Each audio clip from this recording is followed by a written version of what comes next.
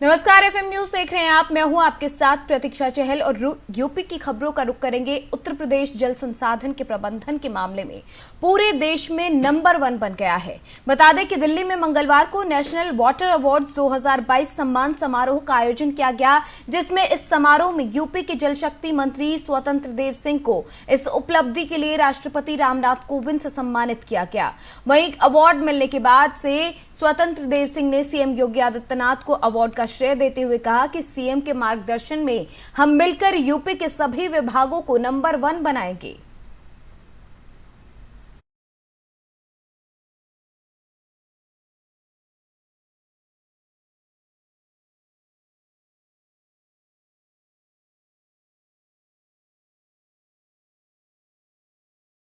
वहीं यूपी विधानसभा चुनाव हारने के बाद सपा अध्यक्ष अखिलेश यादव एक्शन मोड में नजर आ रहे हैं। आपको बता दें कि पार्टी विरोधी गतिविधियों में शामिल हुए 4 नेता को अखिलेश यादव ने पार्टी से बाहर का रास्ता दिखा दिया है। मामला ये सामने आ रहा है कि सपा पार्टी ने विधान परिषद चुनाव में पार्टी का विरोध करने के आरोप में सपा ने गाजीपुर से पूर्व विधानसभा परिषद सदस्य कैलाश सिंह समेत 4 लोगों को पार्टी से बाहर का रास्ता दिखा दिया।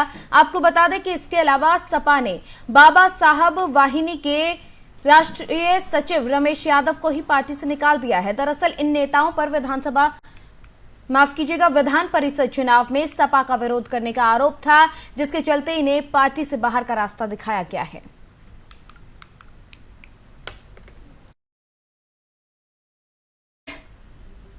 कि विरोध में गतिविधियां करने के आरोप में इन 4 नेताओं को बाहर का रास्ता दिखा दिया गया है। हार के बाद एक्शन में अखिलेश यादव नजर आ रहे हैं।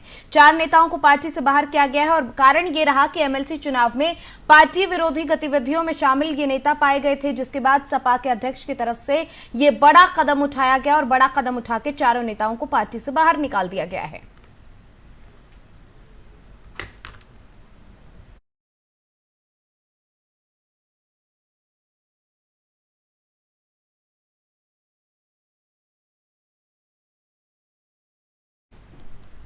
एमएलसी चुनाव में सपा का विरोध कर रहे पूर्व एमएलसी कैलाश सिंह समेत 4 नेताओं को अखिलेश यादव ने पार्टी से बाहर निकाला।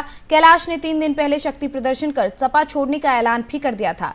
आपको बता दें, एक्शन मोड में लगातार अखिलेश यादव नजर आ रहे हैं। यूपी में चुनाव के बाद विधान परिषद चुनाव की गहमा गहमी चल रही है। विधान परिषद चुनाव में पार्टी का विरोध करने के आरोप में समाजवादी पार्टी के गाजीपुर के पूर्व विधान परिषद सदस्य कैलाश सिंह समेत 4 नेताओं को पार्टी से बाहर का रास्ता दिखाया गया। सपा के प्रदेश अध्यक्ष हैं नरेश उत्तम पटेल, उन्होंने इन नेताओं को निष्कासित किए जाने के संबंध में पत्र भी जारी कर दिया है। आपको बता दें कि यूपी सपा के अध्यक्ष नरेश उत्तम पटेल ने पत्र जारी कर कहा कि राष्ट्रीय अध्यक्ष अखिलेश यादव के निर्देश पर यह कार्रवाई की गई है।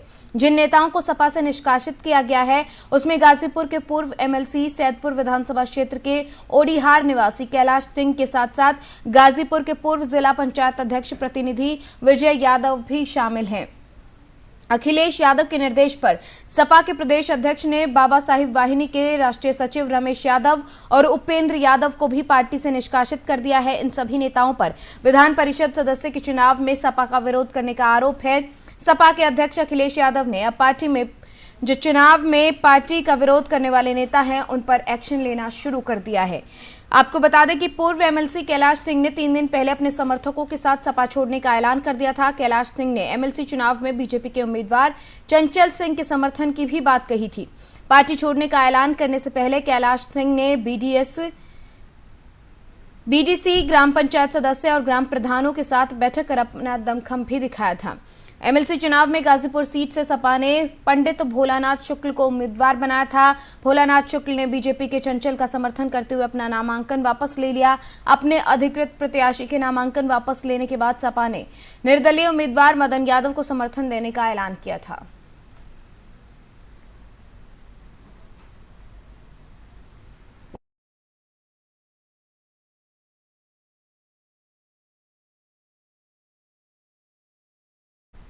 वहीं मुख्तार अंसारी के एम्बुलेंस कांड में डॉक्टर अलका राय और उनके भाई शेषनाथ राय को बाराबंकी कोर्ट ने 30 दिनों के लिए न्यायिक हिरासत में जेल भेज दिया है। वहीं मऊ पहुंची पुलिस की टीम ने श्याम संजीवनी अस्पताल पर छापेमारी करके डॉक्टर अलका राय और शेषनाथ राय को गिरफ्तार कर अपने साथ बाराबंकी लाई थी। आपको बता दें कि अलका और शेषनाथ पर मुख्तार अंसारी को एम्बुलेंस के जरिए सहायता मुहैया कराने का आरोप है।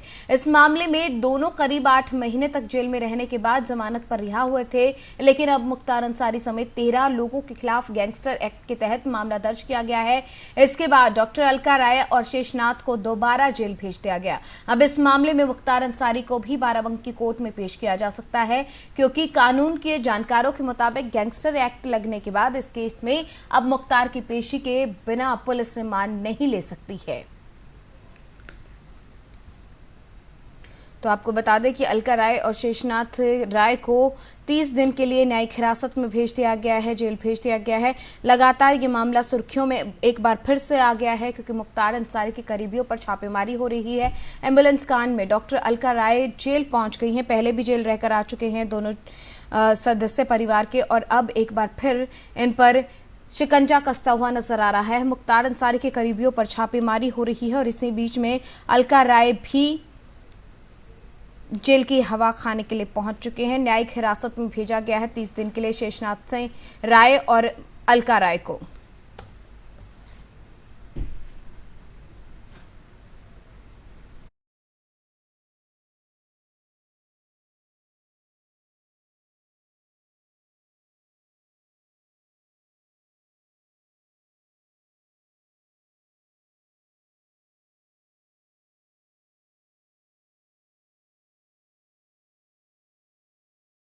तो बताते हैं, मुख्तार अंसारी एम्बुलेंस प्रकरण में पुलिस ने डॉक्टर अलका राय के भाई को भी गिरफ्तार किया था और दोनों को कोर्ट में पेश किया गया, जहां पर 30 दिन के रिमांड पर भेज दिया गया है, न्यायिक हिरासत में भेजा गया है, माफ कीजिएगा। एम्बुलेंस के फर्जी पंजीकरण के मामले में पहले ही दोनों भाई बहन को गिरफ्तार किया गया था, 2.5 महीने जेल में भी रहे थे।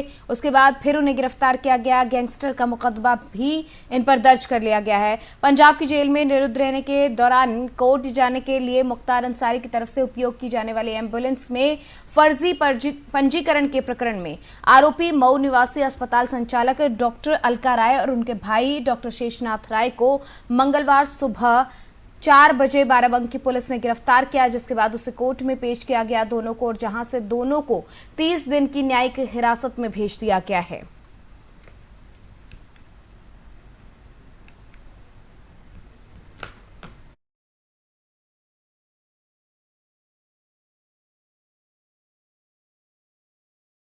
खबर झांसी से, जहां पर जीआरपी एसपी ने आज बांदा रेलवे स्टेशन पहुंचकर जीआरपी थाने का वार्षिक निरीक्षण किया।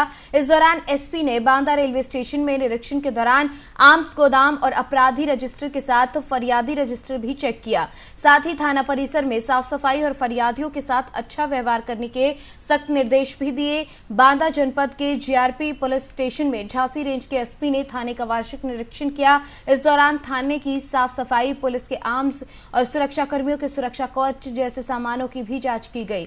एसपी ने निर्देश दिया है कि किसी भी दशा में आए हुए फरियादियों की तुरंत सुनवाई करते हुए मामले का निवारण करें और साथ ही पहले से रणनीति बनाकर अपराधियों को नेस्तनाबूद करने की अभियान चलाया जाए और समय समय पर अपराधियों पर सख्त कार्रवाई भी की जाए।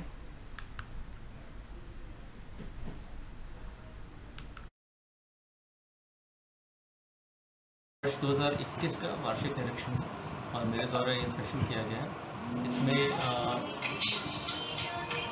मुख्य रूप से थाने के जो अभिलेख है, रिकॉर्ड्स, उनको चेक किया गया है। थाने पर जो सरकारी संपत्ति है, जिसमें शस्त्र भी सम्मिलित है, उनकी स्थिति देखी गई है। विगत वर्ष में 2021 में अपराधियों के विरुद्ध क्या कार्रवाई की गई है, अपराध को रोकने के लिए क्या कार्रवाई की गई है, क्या कार्य योजना रही है, उसके बारे में देखा गया। जो आगंतुक या फरियादी थाने पर आए हैं, उनको कैसे अटेंड किया गया, ये देखा गया है। और बहुत सारी अन्य चीज़ें जो थाने के रखरखाव से संबंधित होती हैं, मेरे द्वारा भौतिक निरीक्षण उसका भी किया गया है। यहाँ जो पोस्टेड है पुलिसकर्मी, उनसे बात की गई, उनकी समस्याओं को सुना गया है। तो इसमें जो अभी तक 2-3 चीज़ें मुझे बहुत लगा है कि इस पर इंस्पेक्टर बांदा जो है, उन्होंने काफ़ी मेहनत की। जैसे विगत वर्ष में इन्होंने केस प्रॉपर्टी जो माल मुकदमा थी, उसमें से 91 मालों का डिस्पोजल कराया है, जो अत्यंत संतोषजनक है। इनके द्वारा व्यक्तिगत रूप से रुचि ली गई है और माननीय न्यायालय के निर्देशों के क्रम में इस माल का निस्तारण कराया गया। हमारे अभी भी कुछ पुराने माल पेंडिंग हैं वर्ष 2000 से पहले के, तो मेरे द्वारा निर्देश दिया गया है कि इनको प्राथमिकता पर इनका निस्तारण करना है। इसके अलावा जो मैंने सरकारी संपत्ति और आम सामान्य देखा, उनका रखरखाव अच्छा है। इनकी साफ़ सफाई के लिए प्रत्येक सप्ताह जो नियमित रूप से ड्यूटी में प्रयोग होते हैं, इनकी सफाई के लिए मेरे द्वारा निर्देश दिए गए हैं। मैंने औचक रूप से कुछ यहाँ जो हमारे स्टाफ है उनसे उसको खोलना जो होना हैंडलिंग को टेस्ट किया, तो उसकी स्थिति भी संतोषजनक है। इनके द्वारा अच्छी जानकारी प्रदर्शित की गई है। जहाँ तक और बेहतर करने का सवाल है, तो अपराधियों की निगरानी और अपराधियों से संबंधित जो हमारे अभिलेख हैं उनके रखरखाव में सुधार का स्कोप है। इस संबंध में थाना प्रभारी को निर्देशित कर दिया गया है। विशेष रूप से जो हिस्ट्री शीटर है, जो सक्रिय अपराधी हैं और जो पूर्व में प्रकाश में आए क्रिमिनल्स हैं, इनके उन मुकदमों की जल्दी कार्रवाई की जाए जिसमें इनको जल्दी सज़ा कराई जा सकती है और समय समय पर इनकी डिटेल्ड निगरानी की जाए। इनके मोबाइल नंबर, इनके फ़ोटो, इनके आय का स्रोत, इन सबकी समय समय पर जानकारी की जाए। इससे अपराध नियंत्रण में काफ़ी सहायता मिलती है। साथ ही जो बांदा क्षेत्र में हॉटस्पॉट है, जैसे अतर्रा एक ऐसा क्षेत्र है जहाँ विगत वर्ष में कुछ मुकदमे लिखे गए हैं। हालांकि इस साल एक भी मुकदमा वहाँ नहीं लिखा गया, लेकिन ऐसी जगहों पर निरंतर सतर्क रहने की आवश्यकता है ताकि कोई घटना न घटे। ओवरऑल मैं कहूँगा थाने का कार्य वर्ष 2021 में संतोषजनक रहा है। खबर बुलंदशहर से, जहां के खुर्जा नगर कोतवाली क्षेत्र में पुलिस ने 2 युवकों को एटीएम काटते हुए रंगे हाथ है वो पकड़ा है। खुर्जा नगर की मंदिर रोड पर 2 युवक पंजाब नेशनल बैंक का एटीएम काट रहे थे। स्थानीय लोगों की जानकारी देने के बाद वहां पर पुलिस मौके पर पहुंची और एक चोर को रंगे हाथ पकड़ लिया, लेकिन दूसरा चोर वहां से फरार हो गया। हालांकि पुलिस को एटीएम गार्ड की भूमिका पर भी यहां पर शक हो रहा है। फिलहाल आरोपी से पूछताछ की जा रही है और दूसरे आरोपी की तलाश भी शुरू कर दी गई है।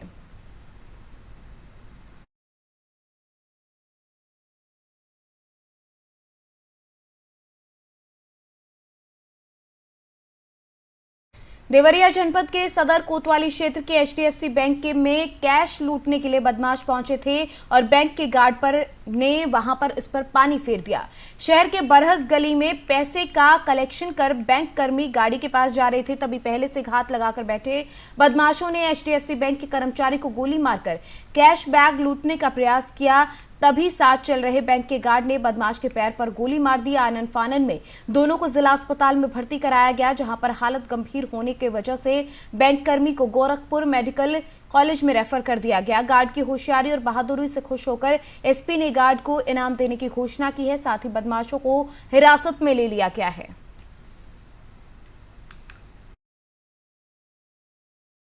कितने लोग थे? बदमाश लोग ने मास्क लगाए थे, हेलमेट लगाए थे, गमछा लगाए थे। 3 लोग थे। छोरे हाथ में से पिस्टल लेके लगे लोग गोली चलाने। सब कोई पकड़ा है। तब तक 1-2 भाग गए हैं, 1 पकड़े गए। क्या करने आए थे लोग? क्या करने आए थे? क्या चीज? पैसा लिए थे हम लोग, कैश पिकअप। कहाँ पैसा ले गए थे जमा करने के लिए? आप कहाँ जा रहे थे जमा करने के लिए? कलेक्शन कर रहे थे, कलेक्शन करके एचडीएफसी बैंक ले थे जमा करने। काम करते हैं सीएमएस में रहते। तो क्या आपने जो गोली उसको लगी है वो कैसे लगी है गोली? आपने मारा या उसने मारा? उसने मारा अपने पैर में? नहीं, बदमाश को किसी गोली लगी है? किसके लगी है गोली? किसके मारा? यहाँ देखिए गोली जो हमारे गार्ड थे वही मारे हैं। क्या नाम है गार्ड का? जोगिंदर तिवारी। अच्छा, उन्हीं को मतलब वो भी आपके साथ थे? हमारे साथ वो भी थे। जिनको गोली लगी है वो कौन है? जिनको गोली लगी प्रभुनाथ पांडे। आपका नाम क्या है? टैक्स कलेक्टर हैं जो लोन पे पैसे दिए जाते हैं उसको कलेक्ट करते हैं, प्रभुनाथ जी।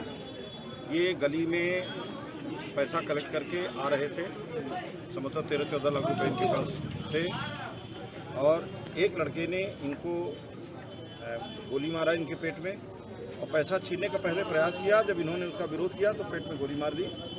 लेकिन साथ में एक दूसरे इनके साथी जो थे वो असरही के साथ थे, वो पुलिस में होमगार्ड विभाग में होमगार्ड भी हैं, थाना कोतवाली में ड्यूटी भी करते हैं, वो भी साथ में थे।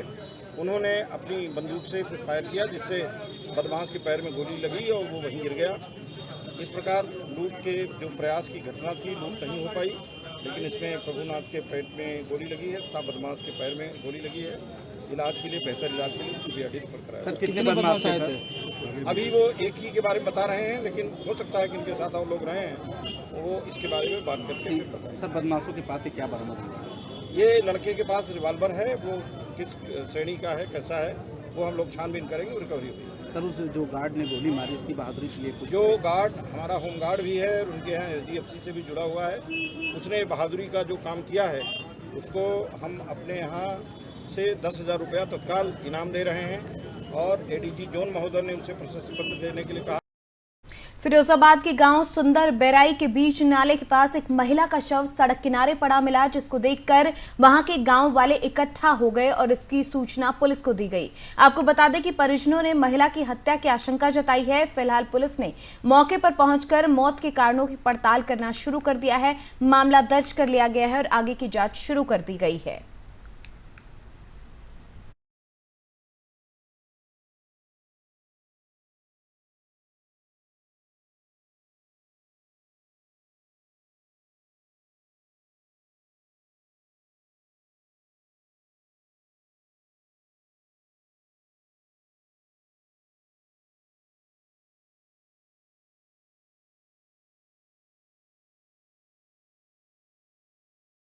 फिरोजाबाद रेलवे स्टेशन से एक बहुत ही दर्दनाक मामला सामने आया है, जहां पर महिला के ऊपर से गोमती एक्सप्रेस गुजरकर चली गई।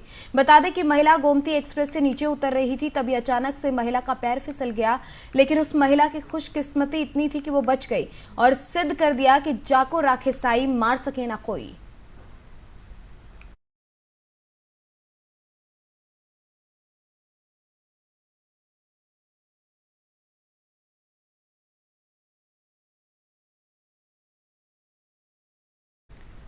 तो जाको राखे साई मार सके ना कोई, और इसी की ये जो कहावत है एक बार यहां पूरी होती हुई नजर आ रही है। तस्वीरों में आप देख सकते हैं कि कैसे गोमती एक्सप्रेस गुजर जाती है, लेकिन महिला जो कि उससे उतरते हुए गिर गई थी नीचे, वो किस तरीके से बच जाती है।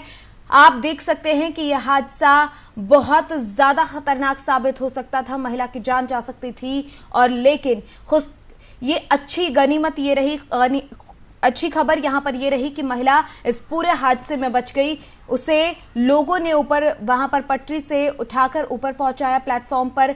गनीमत थी कि जब ये एक्सप्रेस गुजरी तो महिला बच गई और कोने की तरफ गिर गई थी। और इसीलिए कहा जाता है कि जिसका भगवान जिसके को बचाना चाहे उस पर कोई भी आंच नहीं आ सकती। और कुछ ऐसा ही फिरोजाबाद में देखने को मिला है, जहां रेलवे स्टेशन पर महिला एक्सप्रेस से उतर रही थी और उतरते वक्त यह हादसा हुआ जब वो नीचे गिर गई, लेकिन इतने में ट्रेन चल पड़ी और ये एक्सप्रेस जब वहां से गुजरी तो गनीमत रही कि महिला के ऊपर से नहीं उतरी और महिला बच गई।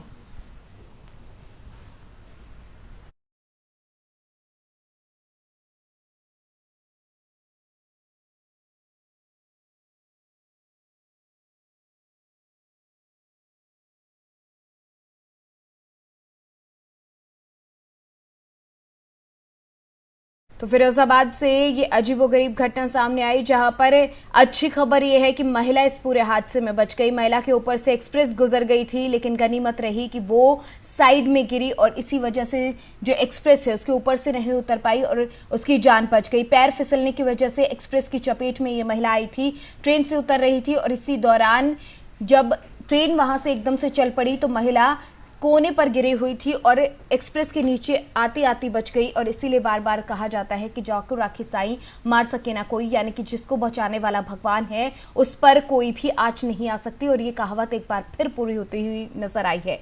वहां पर बैठे लोग भी, जो खड़े लोग थे स्टेशन पर, वो भी देखकर हैरान रह गए कि आखिर इतने बड़े हादसे में महिला कैसे बच गई।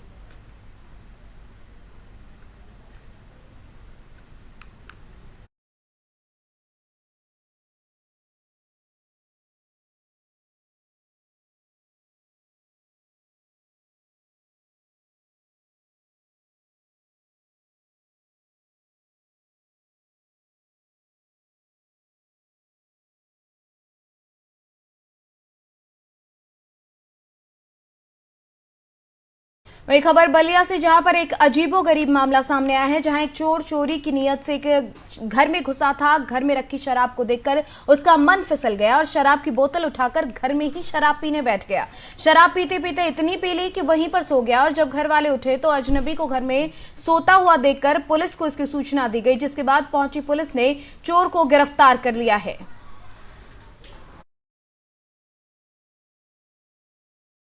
चलिए, यूपी की खबरों में फिलहाल मेरे साथ इतना ही। आप देखते रहिए FM न्यूज। नमस्कार।